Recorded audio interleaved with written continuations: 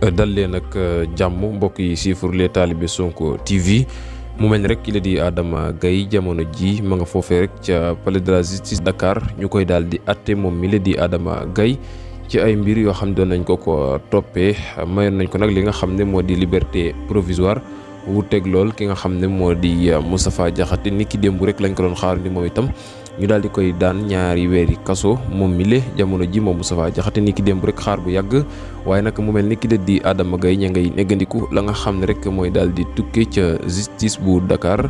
ñeel Adama Gaye mi nag ak audit ba nga xam ne ñu ngi ko koy daal def jamono ji nag ci ay mbir yoo xam ne ñu ngi ko koy daal di toppee ndax rek kii la di Adama Gaye justice da koy bàyyi mu ñibbi wala itam sax da koy teg ay daan comme ni mu ko tegee ki nga xam ne moo di Moustapha Diakhaté ña ngay daal di xaarandi lépp loo xam ne rek daal nay tukkee foofee ca palais de la justice de Dakar ñeel rek ki nga xam ne moo di Adama Gaye ci ay kaddu waaye itam ay mbir yoo xam ne rek